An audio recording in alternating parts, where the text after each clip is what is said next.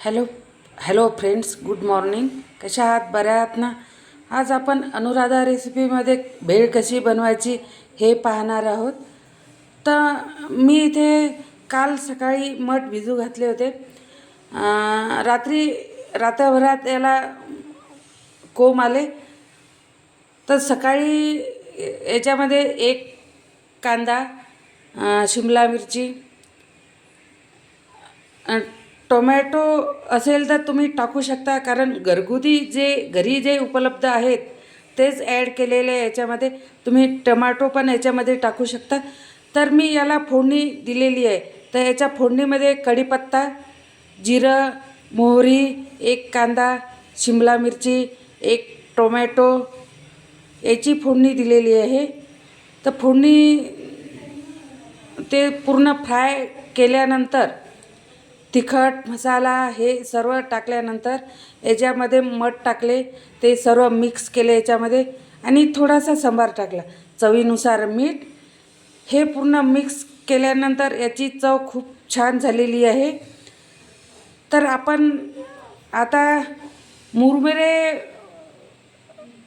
काही लेडीज भाजत नाही, तर मी इथे मुरमुरे पहिले भाजून घेणार आहे.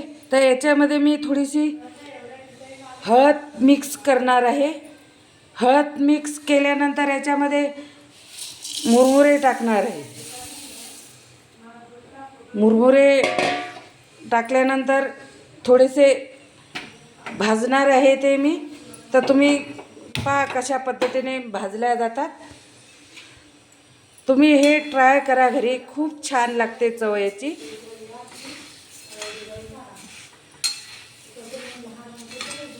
तुम्हाला जर हे भेळ आवडली तर मला सांगा. तुम्ही घरगुती जे असेल ते उपलब्ध करू शकता याच्यामध्ये. आता इथे घरी टोमॅटो नसल्यामुळे मी काही याच्यामध्ये टाकू शकली नाही. तर टोमॅटो टाकू शकता याच्यात तुम्ही, किंवा टोमॅटो सॉस हेही करू शकता. आता भेळ करताना मी चाट मसाला हे टाकणार आहे याच्यामध्ये. तर तुम्ही पहा बरोबर.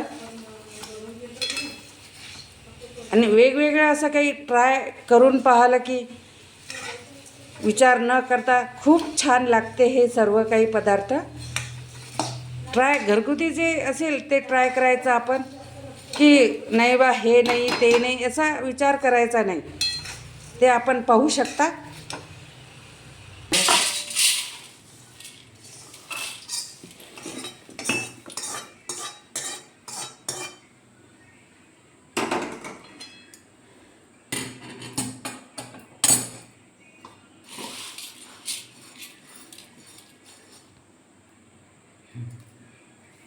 आता आपण मुरमुरे भाजून घेतले.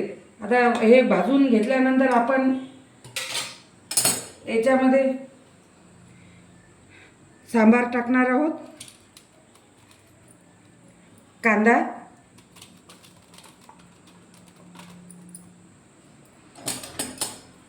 त्याच्यानंतर आपण जे मठ शिजवले ते ॲड करणार आहोत.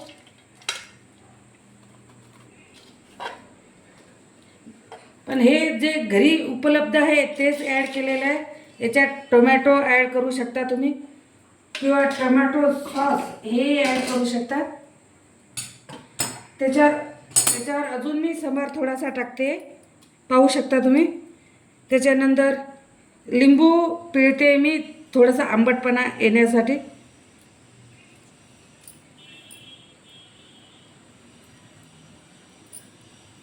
त्याच्यानंतर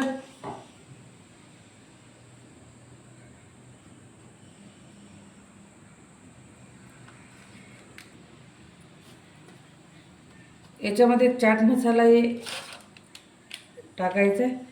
वाटल्यास तुम्ही याच्यात हिरव्या मिरच्या टाकू शकता तुम्ही, पण मी इथे हिरव्या मिरच्या शिजतानाच टाकलेल्या आहेत.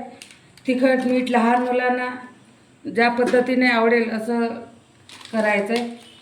तर आता याच्यामध्ये मी चिवडा ॲड करणार आहे.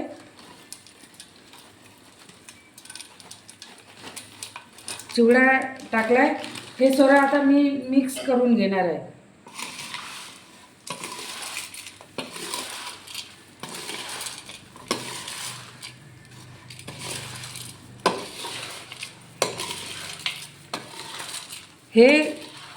हा नाश्ता असा आहे की सगळ्यात सोप्या पद्धतीचा आहे. हा केव्हाही भूक लागली की केव्हाही करू शकता तुम्ही.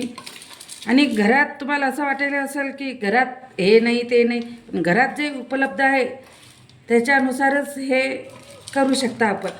आणि घरात नसलंही तरी असा खूप छान होते हे भेळ. पाहू शकता तुम्ही हे.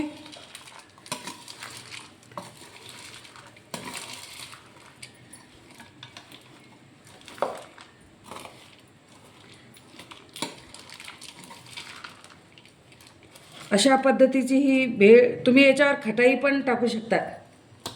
अशा पद्धतीची ही भेळ तयार झालेली आहे. तर तुम्ही याच्यावर सजावटीसाठी सांबार, कांदा, टोमॅटो हे वरून सजावटीसाठी तुम्ही टाकू शकता. तुम्हाला जर हे भेळ आवडली असेल तर कमेंट बॉक्समध्ये ट्राय करा आणि मला सांगा. धन्यवाद.